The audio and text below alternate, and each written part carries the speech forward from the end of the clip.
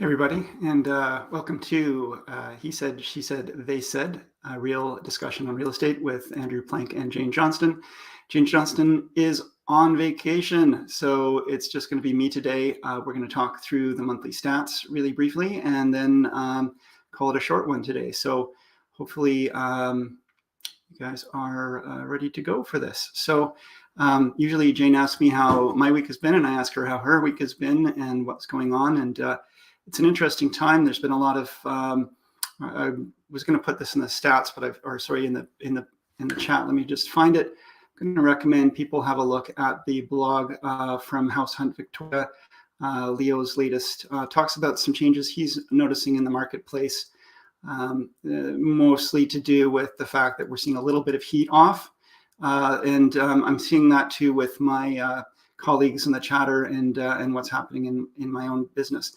That being said, I kind of disagree a little bit with what he's suggesting, that maybe this is moving towards the end of things. Not that I think he's exactly saying that, but feels like we still have a lot of upward pressure. And even if there's going to be a lot of interest rate hikes and some new changes in rules and regulations, substantially and fundamentally, we still have a lot of people looking for homes. As he even mentions, there's kind of 10 buyers for every home on the market. A real driver of the market is consumer confidence. And I find as people change their ideas of what's going to happen, confidence levels change as well. And I've observed every spring when we see more inventory, and I usually advise clients that we're going to see more inventory, now's a good time to buy. And invariably, people also see more inventory and think, okay, well, this is maybe a sign of things to come, and we're going to forever have now more inventory as time goes on.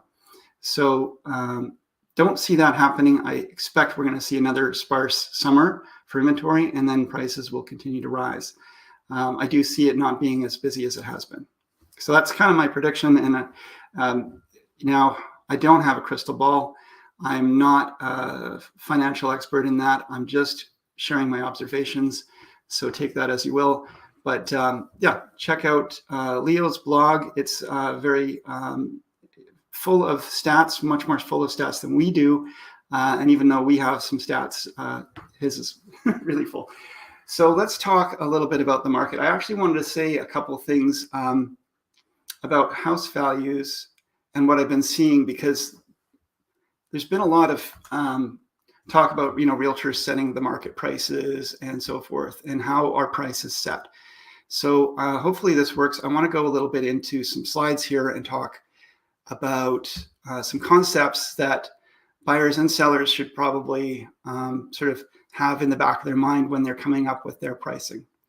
So let's just have a look, see if this works here. Yeah, okay, I'm actually going to go on to a different slide. Back to my PowerPoint. There we are. So let's start with this. Pricing values. Oh, I think we have the wrong slide running. So let me just change that up to the share screen. Apologies, guys. I want to share a different screen.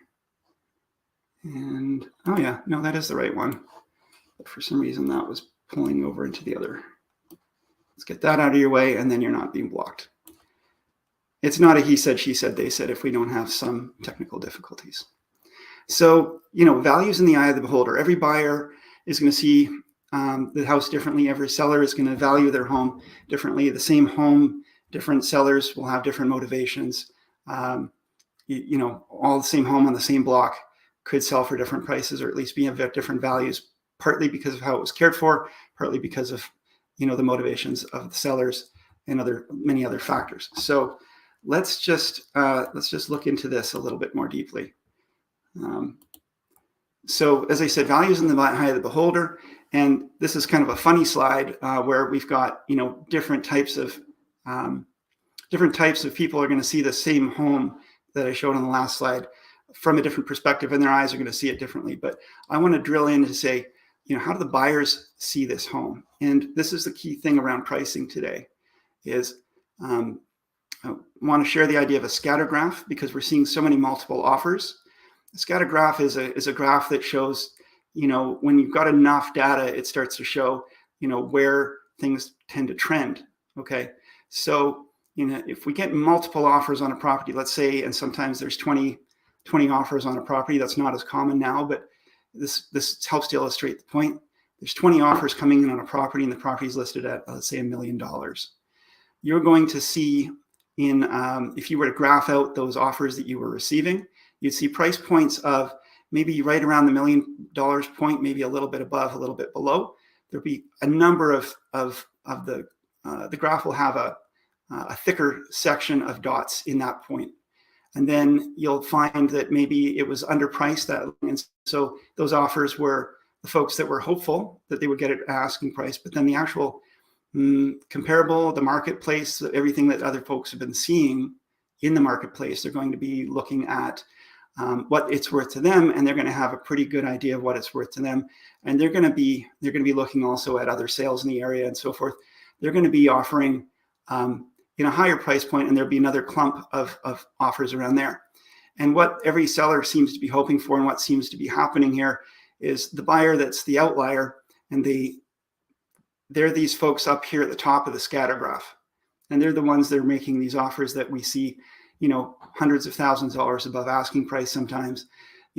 Doesn't mean that the house is actually exactly worth that, but the buyer is maybe tired of looking for properties, has deeper pockets than some of the others, or just feels like in the future values are continuing to go up. They've projected things and they've said, I'm comfortable paying this, but they're going to be a little bit of an outlier. And the seller tends to take that. And unfortunately or fortunately, that now gives us a new piece of data, because the only piece of data that shows up in the property sales is the sale price. We don't get to see the scatter graph that tells us, where most of the buyers feel value is. And so we see this new sale, and this new sale then becomes a new benchmark for future buyers to try to leapfrog. And what we're seeing now, I think, is we're going to see coming up now and into the future, I think less of these outlier offers and more of, in the center graph. There'll still be some, but less. And so that will help to mitigate prices. And that's kind of what my observation is, or I'm seeing. And I'd love to hear what other people are seeing as well.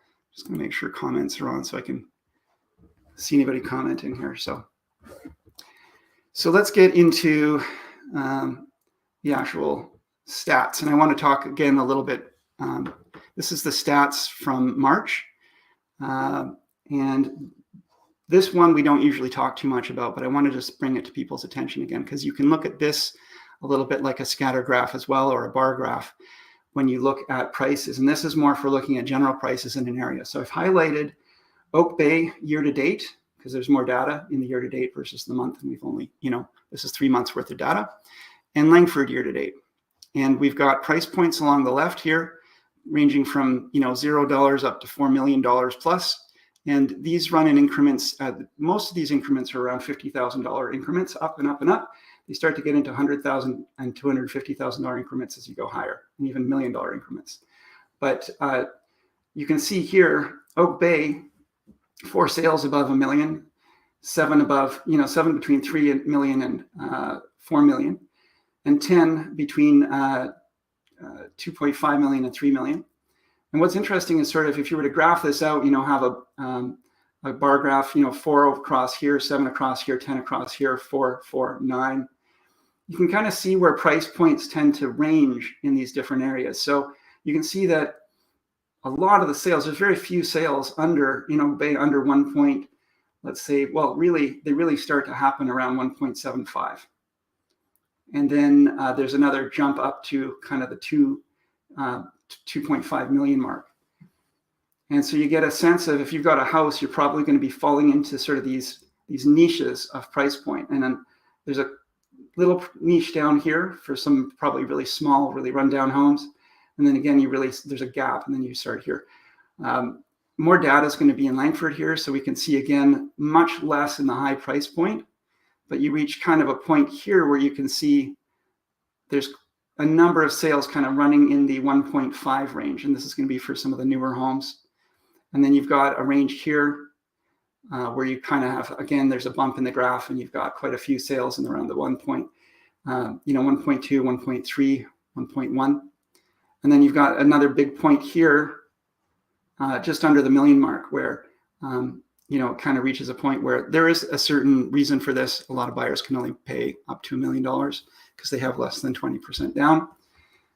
So you start to see reasons why, and you can kind of look a little bit at this. So let's go into the actually what happened here and where are we at. So this is the sales to active listings ratio. This is a graph from March 2020. It comes through to March 2022. And what we're seeing here is still, although it's come down a little bit off the peak here at 120%, meaning 120% of properties that list are selling. How can you sell more than you're listing? Well, you're selling, there's a pool of properties already on market. So you're selling from that pool, but you've got more listings selling than are coming on market.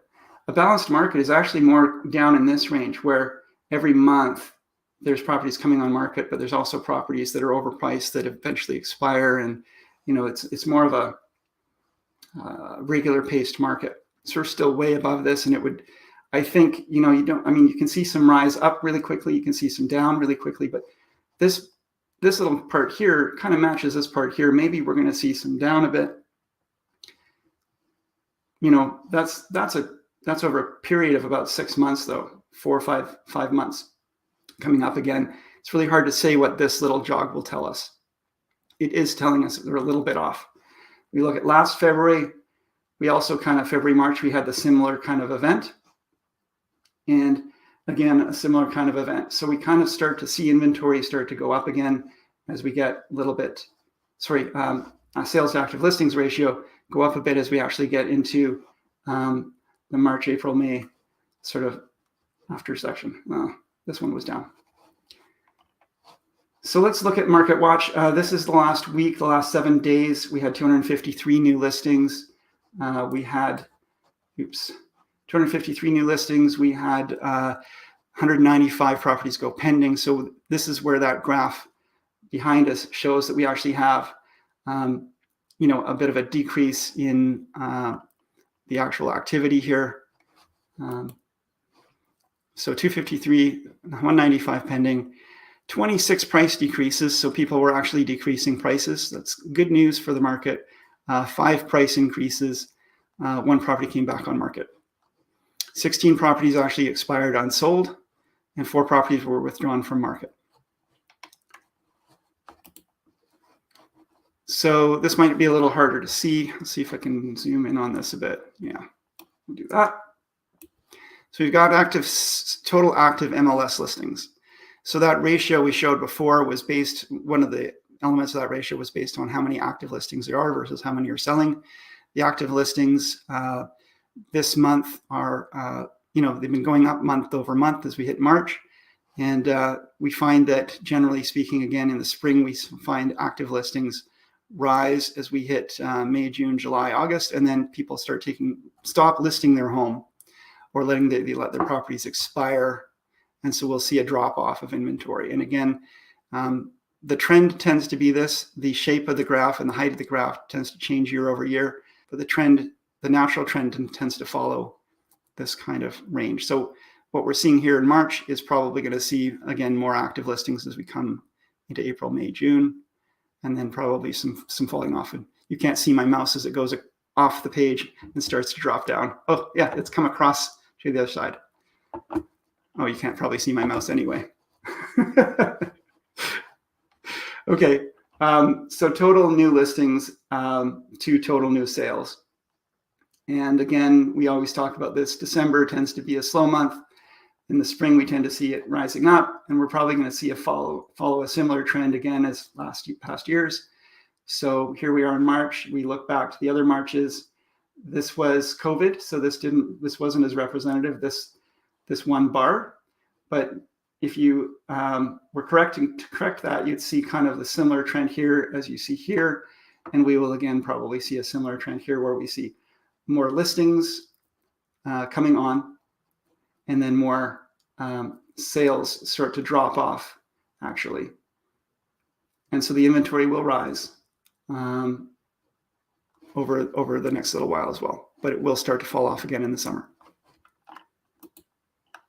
And that, I believe, that is what I've got for you today. So I hope you enjoyed that. And if you have any questions, please always fire Jane or I a comment. Jane and I are both individual agents working independently.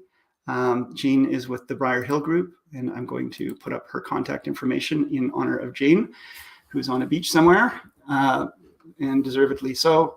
So Jane Johnston, if you want to reach her, you can reach her at 250-744-0775. Email her briarhillgroup@gmail.com. She's got two websites, briarhillgroup.com and Vancouver Island Time. Our He Said, She Said, They Saids are hosted on Vancouver Island Time. They're hosted on my YouTube. You can watch them live on Facebook. Thanks again for tuning in. If you want to reach me, you can reach me at 250-360-6106. Email is info@andrewplank.com, or come to my website. There's a contact there. There's more information about the market and myself, andrewplank.com. Thanks, everyone. Have a wonderful day.